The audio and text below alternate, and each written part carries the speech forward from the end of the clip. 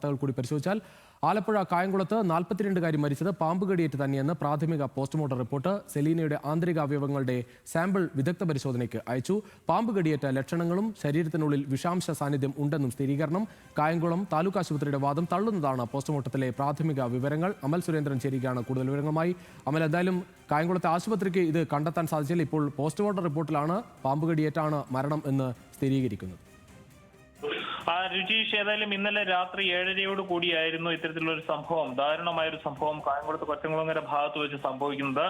ബന്ധുവിന്റെ വിവാഹ ചടങ്ങിൽ പങ്കെടുക്കുവാൻ എത്തിയതായിരുന്നു 42-കാരിയായിട്ടുള്ള ഈ സ്ത്രീയും അവരുടെ മകളും. അതിനിടയിലാണ് സെലീനയ്ക്ക് പാമ്പ് കടി ഏൽക്കുന്ന ഒരു സ്ഥിതി ഉണ്ടായത്. അതേ തുടർന്ന് തന്നെ ആശുപത്രിയിൽ എത്തിച്ചെങ്കിലും പിന്നീട് മരണം സംഭവിക്കുകയായിരുന്നു. ഏതായാലും ആ ഒരു കാര്യത്തിൽ ആശുപത്രിക്കെതിരെ ഗുരുതരമായിട്ടുള്ള ആരോപണങ്ങളാണ് നാട്ടുകാരുടെയും ബന്ധുക്കളുടെയും എല്ലാം ഭാഗത്തു നിന്ന് ഉണ്ടായത്, ഇന്ന് പകൽ ഉണ്ടായത്. ഏതായാലും ഇപ്പോൾ അതിലൊരു കൂടുതലായിട്ടുള്ള വിശദീകരണം ഈ പോസ്റ്റ്മോർട്ടത്തിന്റെ പ്രാഥമികമായിട്ടുള്ള വിലയിരുത്തലിൽ ഉണ്ടായിരിക്കുകയാണ്.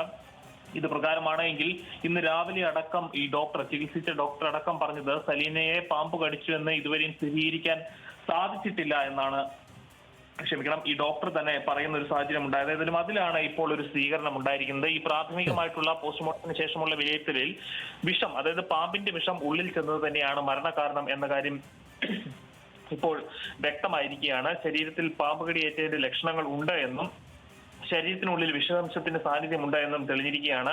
ഈ കടിയേറ്റതിന്റെ ലക്ഷണങ്ങൾ ശരീരത്തിൽ ഇല്ലായിരുന്നു എന്നായിരുന്നു ആശുപത്രിയുടെ വിശദീകരണം. അതാണ് ഇപ്പോൾ പൊളിഞ്ഞിരിക്കുന്നത്. ഏതായാലും സെലീനയുടെ ശരി അമൽ, എന്തായാലും സെലീനയുടെ മരണം പാമ്പ് കടിയേറ്റ് തന്നെ എന്ന് പോസ്റ്റ്മോർട്ടം റിപ്പോർട്ടിൽ വ്യക്തമാവുകയാണ്. എന്തായാലും കായംകുളം ആശുപത്രിയുടെ വാദം തള്ളുന്ന തരത്തിലാണ് റിപ്പോർട്ട് പുറത്തുവരുന്നത്. മറ്റു